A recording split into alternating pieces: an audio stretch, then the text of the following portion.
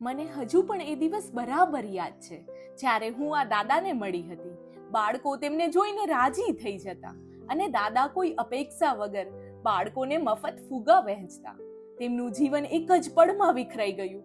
ફુગ્ગા વહેંચતી વેળાએ એક કૂતરું કરડ્યું અને આ નાનકડી ઘટનાએ બાળકોને હસાવનાર વ્યક્તિનો માત્ર પગ જ નહીં પણ હાસ્ય પણ છીનવી લીધું. આજે તેમના માટે એક સરપ્રાઈઝ હતી. આ વ્હીલચેર કરતા પણ વધારે તેમની તેને જરૂર હતી.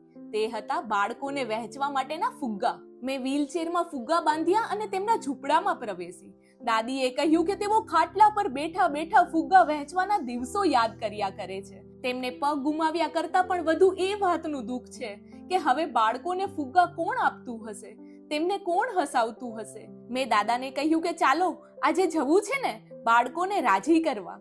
ત્યારે માથું હલાવીને તેઓએ હામી ભરી. દાદીએ કહ્યું કે જેટલા પૈસા બચાવ્યા હતા તે બધા જ આમાં ખર્ચાઈ ગયા અને તોય તમારા દાદાનો પગ અમે બચાવી ના શક્યા. મેં કહ્યું દાદી, તમારે હિંમત રાખવી પડશે. જે બન્યું છે તે આપણે બદલી નથી શકતા, પરંતુ જો તેને હિંમતથી સ્વીકારી લેશું તો ચમત્કાર હજુ પણ થઈ શકે છે.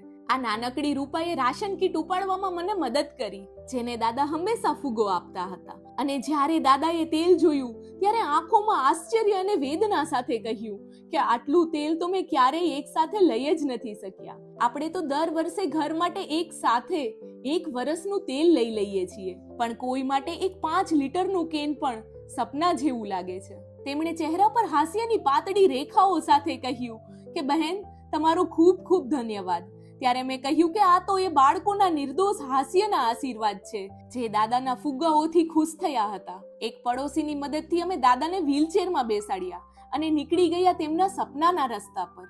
દાદાને બહાર જોઈને બાળકો દોડતા દાદા પાસે આવ્યા. એક એક કરીને બાળકોને દાદાએ ફુગ્ગા આપ્યા. દાદાના ભૂતકાળના સોનેરી દિવસો જાણે તાજા થયા. બધા જ બાળકોને આપ્યા પછી મેં કહ્યું કે દાદા, બાકીના ફુગ્ગાઓ આપણે પ્રાર્થના સાથે આકાશમાં ઊંચે ઉડવા દઈએ, બધું જ ઉપરવાળાના હાથમાં છોડી દઈએ.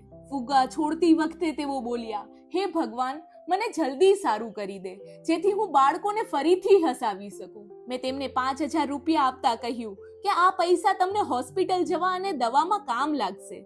ત્યારે તેમણે ધીરેથી કહ્યું, મને લાગતું હતું કે હવે હું કશું આપી શકવાને કાબિલ નથી, પણ આજે તારા કારણે મને લાગ્યું કે મારી હાજરી પણ બાળકોને હસાવી ગઈ. તેમના છેલ્લા શબ્દ હતા કે દરેક વ્યવસાયમાં નફા અને ખોટ હોય, પણ બાળકોના ચહેરા પર હાસ્ય લાવવું એ મારો એવો વ્યવસાય હતો જ્યાં રોજ રોજ નફો જ નફો હતો.